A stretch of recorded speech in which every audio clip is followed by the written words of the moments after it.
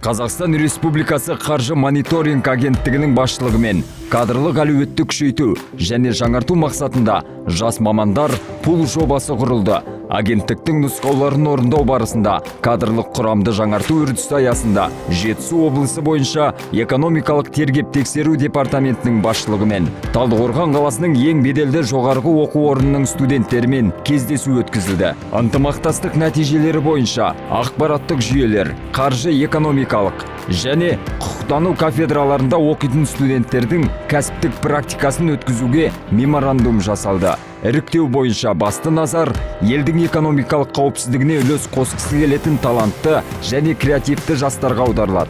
Өткізілген кездесудің нәтижелері бойынша жоғарғы оқу орнының басшылығымен департаменттің жедел тергеу бөлімшелер, қаржылық барлау тобы және криминалистикалық бөлімде студенттердің өтуі бойынша уағдаластыққа қол жеткізілді.